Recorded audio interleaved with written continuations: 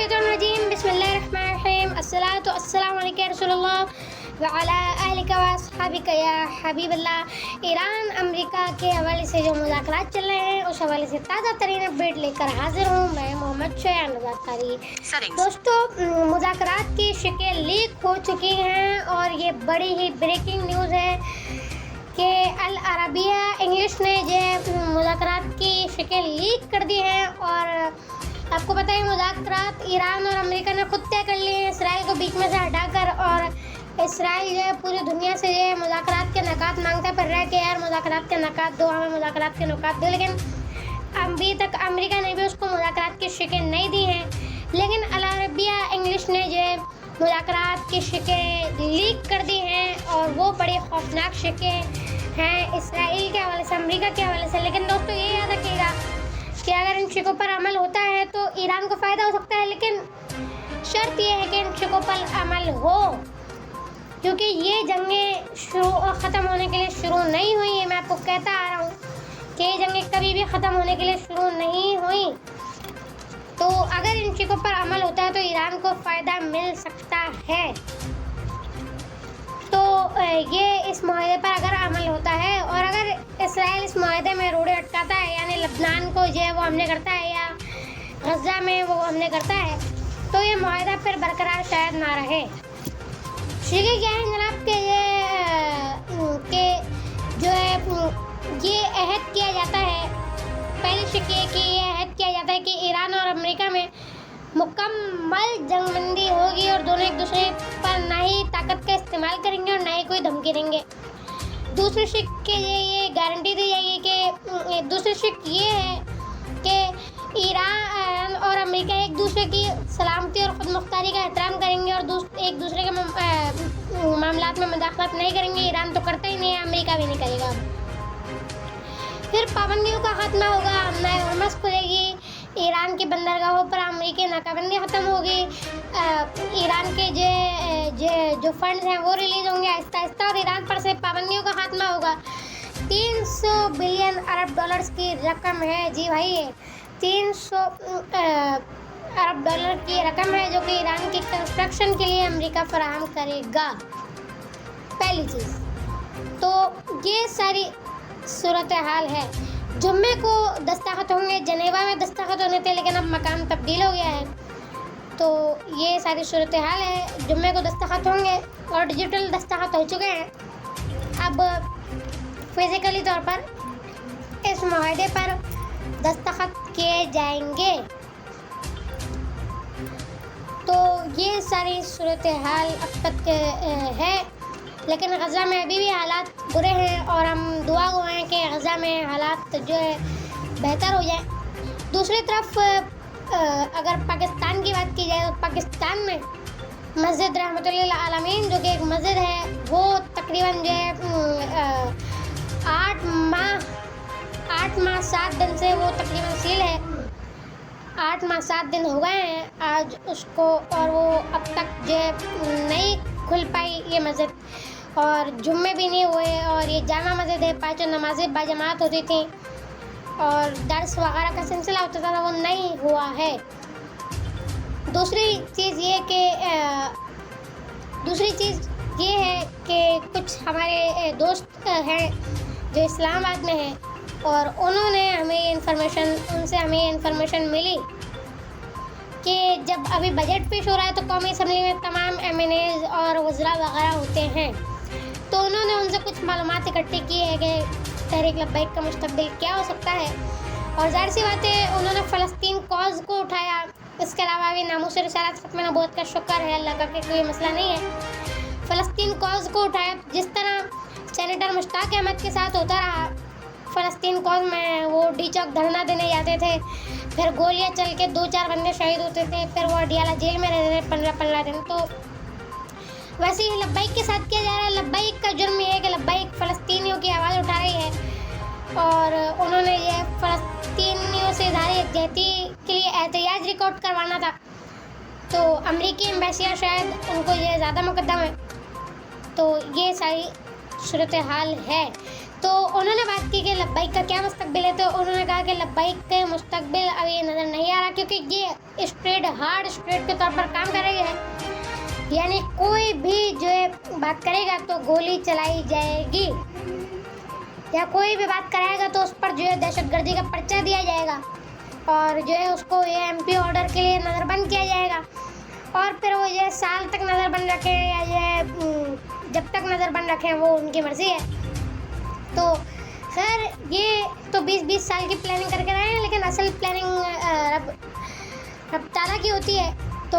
اور انہوں نے یہ پوچھا کہ کیا یہ جو دونوں رضوی برادرز ہیں،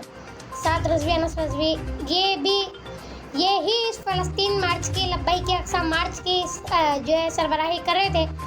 تو ان کا مستقبل کیا ہے، یہ جہاں بھی ہیں کیا ان کی جان کو کوئی خطرہ تو نہیں؟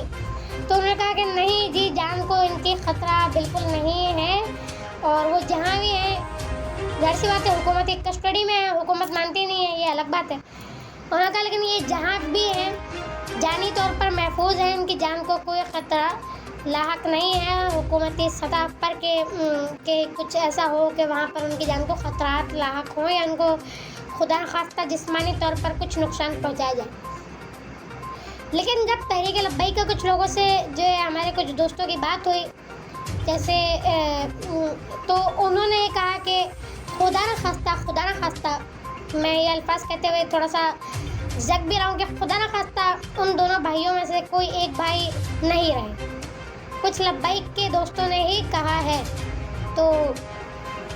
انہوں نے کہا کہ خدا نخواستہ ان دونوں میں سے کوئی ایک بھائی اس دنیا میں نہیں رہے، اور جو دوسرے بھائی ہیں وہ بھی شدید زخمی ہیں، یعنی گولیاں تو دونوں بھائیوں کو لگی تھی، سعد رضوی صاحب کو بھی لگی تھی اور انس رضوی صاحب کو بھی لگی تھی۔ تو جب فلسطین کے لیے لبیک اقصی مارچ مرید کے میں رکوا ہوا تھا اور لبیک اقصی مارچ کو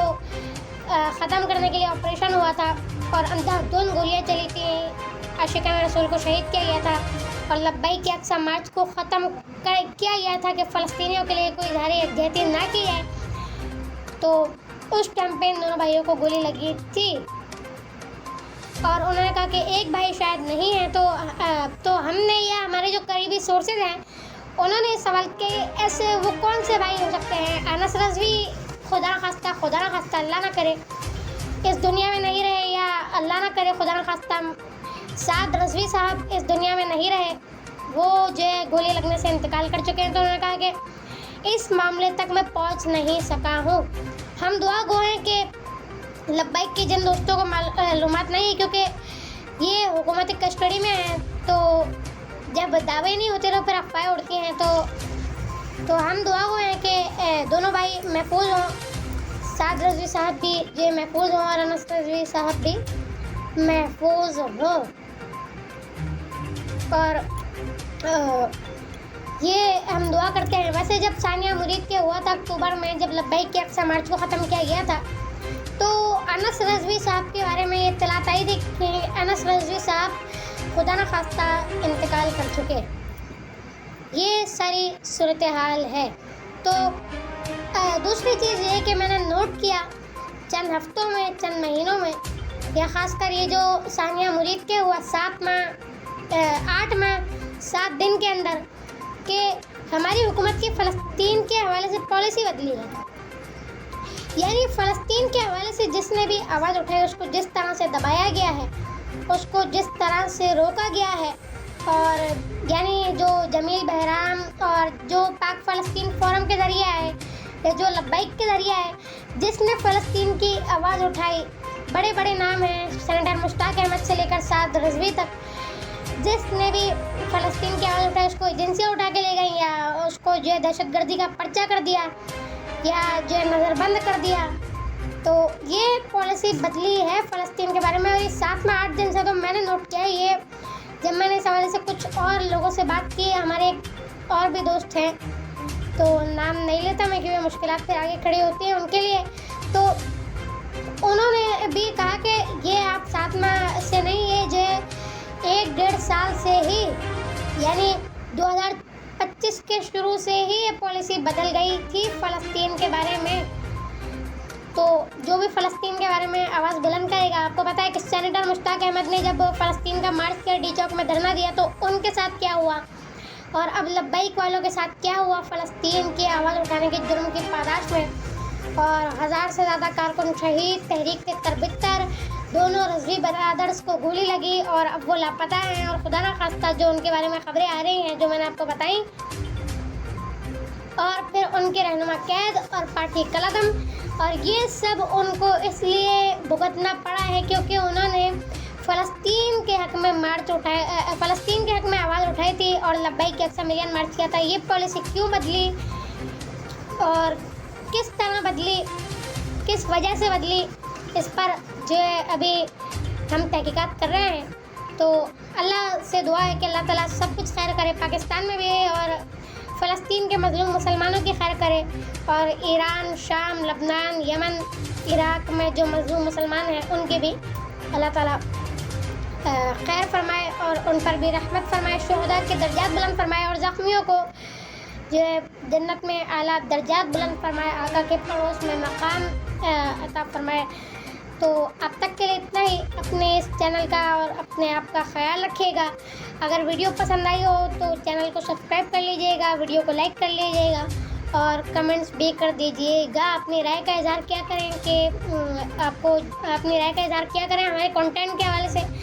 کہ کون سی ایسی چیزیں ہیں جو ہمیں بہتر کرنے کی ضرورت ہے۔ اب تک کے لیے اپنا خیال رکھیے گا۔ اللہ حافظ۔